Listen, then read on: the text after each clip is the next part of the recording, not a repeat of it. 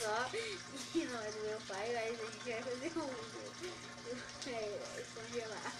É o vídeo do bode congelado. Pode vir, pai. Fala mais alto o que tu vai fazer. Eu vou congelar o cérebro.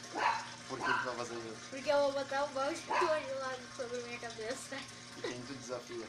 A Isabela. O que tu faz com a Isabela? Eu desafio ela a escovar os dentes com molho picante. Esse é o balde. Esse aqui é o balde. Você está preparado? Vem pelas fotos. Ai, meu Deus. Tá aí. Olha pra câmera. Ai, não, Alisson. Olha pra câmera. Ai, meu Deus. Faz a contagem regressiva. 1, 2.